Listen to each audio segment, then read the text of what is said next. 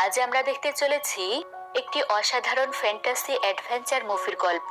ইউরোপের লোককাহিনীর উপর নির্মিত এই গল্পটি অনেক মজাদার, যেখানে তিনজন অনাথ বাচ্চা তাদের মা বাবার সন্ধান পেতে চায়। আর তার মা বাবার সন্ধান পেতে হলে তাদেরকে যেতে হবে বুদ্ধিমতী পাখির কাছে। আর সেই বুদ্ধিমতী পাখি থাকে রহস্যময় জাদুর পাহাড়ে। তাই তারা তিনজন অনাথ ভাই বোন বেরিয়ে পড়ে রহস্যময় জাদুর পাহাড়ে থাকা বুদ্ধিমতী পাখির উদ্দেশ্যে। এরপর তাদের সাথে যে রহস্যময় জাদুর পাহাড়ে কি ঘটে সেটাই আমরা দেখব আজকের এই গল্পটিতে। আশা করছি মুভির গল্পটি আপনাদের অনেক ভালো লাগবে। তো আর কথা না বাড়িয়ে চলুন মূল গল্পে যাওয়া যাক। মুভির শুরুতেই কিছু সাল পূর্বের এক রাজার রাজপ্রাসাদ দেখানো হয়, যেখানে রাজার মা রাজ্যের প্রধান উপদেষ্টাকে একটা বাচ্চা দিয়ে বলছে তাকে জঙ্গলে নিয়ে গিয়ে মেরে ফেলো। তখন প্রধান উপদেষ্টা রাজার মাকে বলে, এই শিশুটি তো কেবলমাত্র জন্মগ্রহণ করলো। রাজার মা তাকে বলে, আমি যেরকমটা বলছি সেরকমটাই করো, আর এই বিষয়টি যেন ঘুণাক্ষরেও কেউ জানতে না পারে, এমনকি রাজাও না। রাজার মায়ের নির্দেশে বাধ্য হয়ে প্রধান উপদেষ্টা শিশুটিকে জঙ্গলে নিয়ে যায়, কিন্তু সে শিশুটিকে না মেরে তাকে একটি ঝুড়ির মধ্যে রেখে নদীতে ভাসিয়ে দেয়। নদী স্রোতে ভাসতে ভাসতে সেই ঝুড়িটি কিছু দূরে গিয়ে এক মালির বাড়ির কাছে এসে পৌঁছায়। বাচ্চার কান্নার আওয়াজ শুনতে পেয়ে মালিনী দৌড়ে এসে সেই বাচ্চা থাকা ঝুড়িটি নদী থেকে তুলে নেয় আর তার স্বামীর কাছে নিয়ে গিয়ে বলছে, এই নদী থেকে এর আগে আমরা দুটি ছেলে পেয়েছি, আর এখন এই মেয়েটি, আর উপরওয়ালার রহমতে আমরা এখন এই মেয়েটিকেও লালন পালন করব, আর তার নাম লিনা রাখলাম। এর পরের সিনে 12 বছর পরের সময় দেখানো হয়। লিনার বয়স এখন 12 বছর হয়েছে। সে তার বাড়ির পাশে নদী থেকে সে জায়গা থেকে পানি তুলছিল যেখান থেকে মালিনী তাকে পেয়েছিল। আর তখন মালির বড় ছেলে মানে লিনার বড় ভাই সেখানে আসে, আর সে লিনাকে বলে আমাদের ফুল বাগান করার জন্য শেড প্রস্তুত করতে হবে। তখন লিনা তাকে নিজের হাতে বানানো কাঠের তৈরি খেলনা দেখায়। এরপরে তারা দুজনে সেখান থেকে তাদের বাড়িতে চলে যায়, যেখানে পিটার খড়ি কাটছিল আর লিনা ফুল গাছ লাগানোর জন্য শেড তৈরি করছিল। এখানে তাদের তৃতীয় ভাই স্যামও গাছে বসেছিল। সে গাছে বসে গুড়াল দিয়ে তাদের দুজনকে বিরক্ত করছিল। এই তিনজনকে মালি এবং মালিনী কুড়িয়ে পেয়েছে, কিন্তু তারা এই তিনজনকে নিজের ছেলে মেয়ের থেকেও বেশি ভালোবাসতো। আর তিন ভাই বোনও তারা একে অপরকে খুবই ভালোবাসতো। লিনা প্রতিদিন নদীর তীরে একাই খেলা করতে যেত। একদিন সে নদীর কিনারায় দুটি কুকুর দেখতে পায়, আর সে তাদের সাথে খেলতে শুরু করে। এই কুকুরগুলো রাজা আলেকজান্ডারের ছিল, যে সেই নদীর ধারে মন খারাপ করে বসে রয়েছে। লিনাকে দেখে তার মৃত বউয়ের কথা মনে পড়ে যায়, যার সাথে তার প্রথমবার এই নদীর কিনারাতে দেখা হয়েছিল। এরই মধ্যে লিনা রাজা আলেকজান্ডারের কাছে আসে, আর তার হাতের কাঠের তৈরি খেলনা দেখে লিনা তাকে জিজ্ঞাসা করে, এটা কি আপনি বানিয়েছেন? রাজা আলেকজান্ডার বলেন, না, এই কাঠের তৈরি খেলনাটি আমার স্ত্রী বানিয়েছিল, কিন্তু এখন আর সে এই পৃথিবীতে নেই। লিনা বলে, আমি এরকম কাঠের তৈরি খেলনা বানাতে পারি। এটা বলে সে কাঠ দিয়ে একটা ঘোড়া বানিয়ে রাজাকে দেয়, এবং তারপর সে তার বাড়িতে ফিরে যায়। ঘরের মধ্যে তার মা বাবা তাদের ভাই বোনদের জন্য খাবার পরিবেশন করে। এদিকে রাজা তার রাজপ্রাসাদে ফিরে আসে।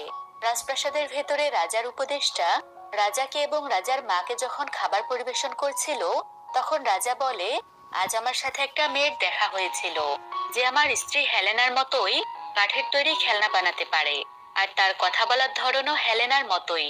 এটা শুনে রাজার মা হতবাক হয়ে যায়, আর রাজাকে জিজ্ঞাসা করে, এই মেয়েটিকে তুমি কোথায় দেখতে পেয়েছো? রাজা বলে, নদীর কিনারায়। এরপর খুব দ্রুত রাজার মা রাজাকে কোনো কিছু না জানিয়ে উপদেষ্টাকে সাথে নিয়ে ঘোড়ার গাড়িতে করে মেয়েটিকে খুঁজতে বের হয়। কিছু সময় নদীর পাশ দিয়ে সামনে এগিয়ে সে তার ঘোড়ার গাড়ি মালির বাড়ির সামনে থামায়, আর গাড়ির জানালা দিয়ে উঁকি মেরে মালির পরিবারকে দেখে, যেখানে সে 3টি বাচ্চাও রয়েছিল। তাদের দেখে রাজার মা চমকে যায়, আর সে রাজপ্রাসাদে ফিরে এসে উপদেষ্টাকে একান্তে জিজ্ঞাসা করে, আমি যে তোমাকে বাচ্চাগুলোকে মারার জন্য দিয়েছিলাম, তাদের তুমি কি করেছো? উপদেষ্টা বলে, আমি তাদেরকে মারার বদলে একটি ঝুড়িতে করে নদীতে ভাসিয়ে দিয়েছি। এটা শুনে রাজার মা তার উপর রেগে গিয়ে তাকে বলে, তোমার ভুলের কারণে সেই 3জন বাচ্চা এখনো জীবিত রয়েছে এবং হাসি খুশিতে দিন কাটাচ্ছে। আর রাজা যদি সব কিছু জানতে পারে, তাহলে আমার সকল পরিকল্পনা নষ্ট হয়ে যাবে। তখন উপদেষ্টা বলে, তাহলে এখন আপনি কি চাচ্ছেন? তখন রাজার মা তাকে বলে, সে বাচ্চাদের মরতেই হবে, কিন্তু এবার এই কাজটি আমি নিজের প্ল্যান মোতাবেক করব। পরের দিন সকালে যখন লিনা বাড়ির উঠানে হাঁসগুলোকে খাবার দিচ্ছিল, তখন রাজার মা গ্রামের মহিলাদের পোশাক পরে লিনাদের বাড়ির কাছে গিয়ে বসে পড়ে আর কান্না করার নাটক করতে থাকে। যেটা শুনে লিনা তার কাছে যায়। রাজার মা লিনাকে বলে, আমি দূরের এক গ্রাম থেকে এসেছি আর আমি ক্লান্ত হয়ে গেছি। লিনা একজন ভালো মনের মানুষ, এজন্য সে তার মিথ্যে ছলনা ধরতে পারে না আর তার পা টিপতে শুরু করে। এসবের মধ্যে রাজার মা চালাকি করে কথার ছলে জিজ্ঞাসা করে, তুমি কি ছোটবেলা থেকে এখানেই থাকো? বলে, হ্যাঁ, আমার মা আমাকে নদীতে কুড়িয়ে পেয়ে দত্তক নিয়েছে। রাজার মা তাকে জিজ্ঞাসা করে, তোমার বাকি দুই ভাই কি মালিনীর সন্তান? লিনা বলে, তাদের কেউ মা এই নদী থেকে পেয়েছে। তখন রাজার মা তাকে জিজ্ঞাসা করে, তোমাদের কখনো জানতে ইচ্ছে করেনি যে তোমার আসল মা বাবাকে? লিনা বলে, না, যে বাবা মা আমাদের লালন পালন করে বড় করেছে তারা আমাদের এতটা ভালোবাসে যে আমাদের কখনো জানতে ইচ্ছে করেনি। এটা শুনে রাজার মা তাকে বলে, যদি তুমি আর তোমাদের ভাইয়েরা তোমাদের আসল মা বাবার ব্যাপারে জানতে চাও, তাহলে জাদুর পাহাড়ে থাকা জ্ঞানী পাখি সবকিছু তোমাদের বলে দেবে। লিনা বলে, সেটা তো এখান থেকে অনেক দূরে, আর এত বড় পাহাড়ে সেই বুদ্ধিমতী পাখি কোথায় পাবো? তখন রাজার মা বলে, সে জাদুর পাহাড়ের স্বর্ণের পাতাওয়ালা একটি গাছ আর একটি জাদুর ঝর্ণার পানি রয়েছে। আর তুমি যদি সেই জ্ঞানী পাখিকে এই দুটো জিনিস দাও, তাহলে সে তোমার সব প্রশ্নের উত্তর দিয়ে দেবে। এরপর রাজার মা এখান থেকে চলে যায়। আসলে সে লিনা এবং তার ভাইদেরকে মারতে চায়। এজন্য সে লিনাকে জাদুর পাহাড়ের মধ্যে পাঠানোর জন্য একটি চাল চেলেছে, কারণ সে রহস্যময় পাহাড়টি খুবই বিপজ্জনক। কিন্তু সাদাসিধে মনের লিনা রাজার মায়ের ষড়যন্ত্র বুঝতে পারে না। রাত্রে সে তার দুই ভাইকে বলে, আজ আমি একজন মহিলার কাছে জানতে পেরেছি জাদুর পাহাড়ে একটি জ্ঞানী পাখি রয়েছে যে আমাদের আসল মা বাবার খোঁজ দিতে পারবে। এটা শুনে তার বড় ভাই পিটার এবং ছোট ভাই স্যাম বলে, যদি আমাদের আসল মা বাবা আমাদের প্রতি যত্নবান হতো, তাহলে আমাদের জন্মের পরেই তারা আমাদেরকে নদীতে কেন ভাসিয়ে দিয়েছে? তাই এটা নিয়ে চিন্তা না করে ঘুমিয়ে পড়ো। সকালে যখন লিনা আর তার ছোট ভাই তাদের মা বাবার সাথে খাবার খাচ্ছিল, তখন পিটার তাদের সবাইকে বলে, আমি জঙ্গল থেকে কিছু কাঠ আনতে যাচ্ছি আর আমার ফিরে আসতে সময় লাগবে। এরপর সে ঘর থেকে জঙ্গলের উদ্দেশ্যে বেরিয়ে পড়ে। লিনা তার পিছু পিছু দৌড়ে এসে তাকে বলে, তুমি জাদুর পাহাড়ে যাচ্ছ, তাই না? পিটার বলে, হ্যাঁ, কিন্তু তুমি এ কথা কাউকে বলো না। আমি সন্ধ্যা হতে হতে জাদুর ঝর্ণার পানি আর সোনালী গাছের স্বর্ণপাতা নিয়ে যেতে ভুলো না। পিটার বলে, ঠিক আছে। এরপর পিটার সেখান থেকে রওনা দেয় আর জঙ্গলের রাস্তা ধরে সামনে এগিয়ে যেতে থাকে। কিছু সময় হাঁটার পর শেষমেশ সে জাদুর পাহাড়ের কাছে পৌঁছে যায়। পাহাড়ের ভিতরে যাওয়ার জন্য পাহাড়ের মধ্যে গুহার আকৃতি একটি প্রবেশদ্বার থাকে, কিন্তু সেই গুহার সামনে একটি জাদুর অদৃশ্য মায়াবী দেওয়াল থাকে। আর পিটার সেটা পার করে পাহাড়ের ওপারে চলে যায়, যেখানে সে ফাঁকা মাঠের মধ্যে একটি স্বর্ণপাতাওয়ালা গাছ দেখতে পায়। পিটার সেই গাছটির কাছে যায়। সেখানে পাথরের উপরে দাঁড়িয়ে থাকা একটি বিড়াল তাকে কিছু বলার চেষ্টা করে, কিন্তু পিটার তার দিকে কোনো মনোযোগ দেয় না আর সে তার কাছ থেকে বিড়ালটিকে দূরে সরিয়ে দেয়।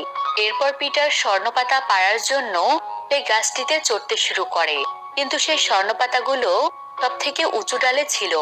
এজন্য পিটার যখন উঁচু ডালে চড়ার চেষ্টা করছিল, তখনই তার হাত ফসকে যায় আর সে গাছ থেকে নিচে পড়ে যায়।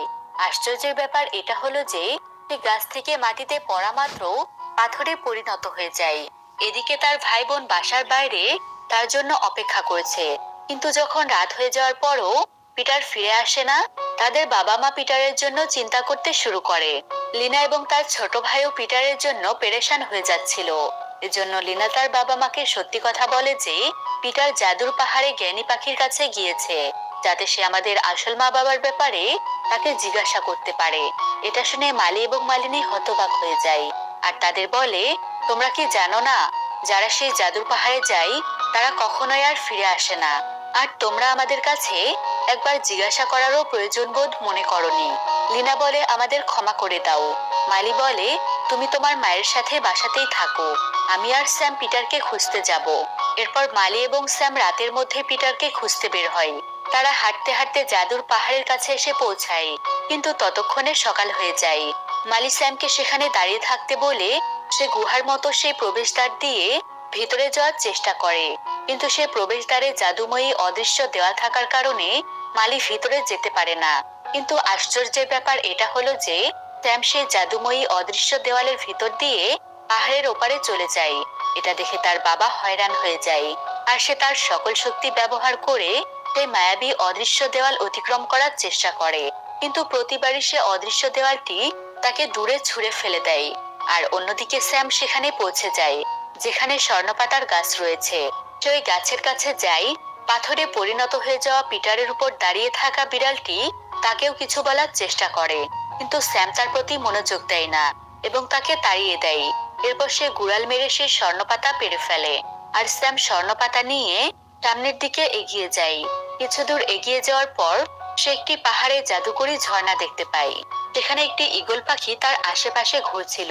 পাখিটিও ইশারায় স্যামকে কিছু বলার চেষ্টা করছিল, কিন্তু স্যাম তাকে বকাঝকা করে আর জাদুর ঝর্ণার পানি নেওয়ার জন্য পাহাড়ের উপরে উঠতে শুরু করে। জাদুর ঝর্ণাটি পাহাড়ের অনেক উঁচুতে ছিল।